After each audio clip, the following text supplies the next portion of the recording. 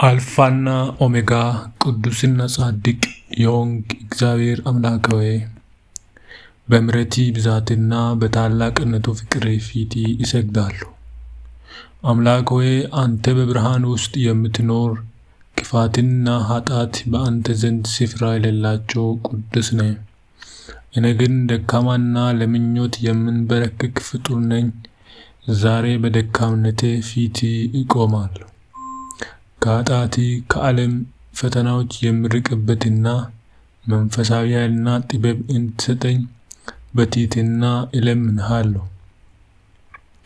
ጌታ ሆይ ልቤንና ሐሳቤን ከአምልኮት ከሚያርቁኝ ከመልካም መንገድ ከሚያስወጡኝ ክፉ ምኞቶች ሁሉ ጠብቅልኝ። ዓይኖቼን ከማይረባ ነገር አዙርልኝ፣ እግሮቼንም በጽድቅ መንገድ ላይ አጽናቸው። በዕለታዊ ሕይወቴ ውስጥ የሚገጥሙኝን የሰይጣን ፈተናዎችና የሥጋዊ ምኞት ድል እነሳ ዘንድ የመንፈስ ቅዱስ ጋሻ አልብሰኝ። መጽሐፍ ቅዱስ በምሳሌ ምዕራፍ 4 ቁጥር 3 ላይ እንዲህ ይላል፣ አእምሮህን ጠብቅ፣ የሕይወት መውጫ ከእርሱ ነውና ከሁሉ ይልቅ ልብህን ጠብቅ። አምላክ ሆይ አንተን ከሚያሳዝን ሐሳብና ተግባር ራሴን እንዲጠብቅ ልቤን በቃል በፍቅር ሙላ።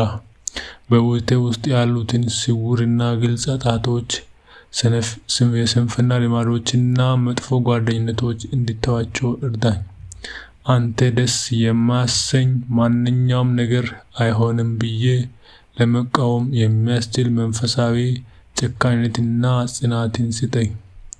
የኃጢአት መጨረሻ ሞትና ውድመት መሆኑን ሁል ጊዜ እንዳስታውስና ወደ ቅድስና ሕይወት እንድሮጥ አድርገኝ።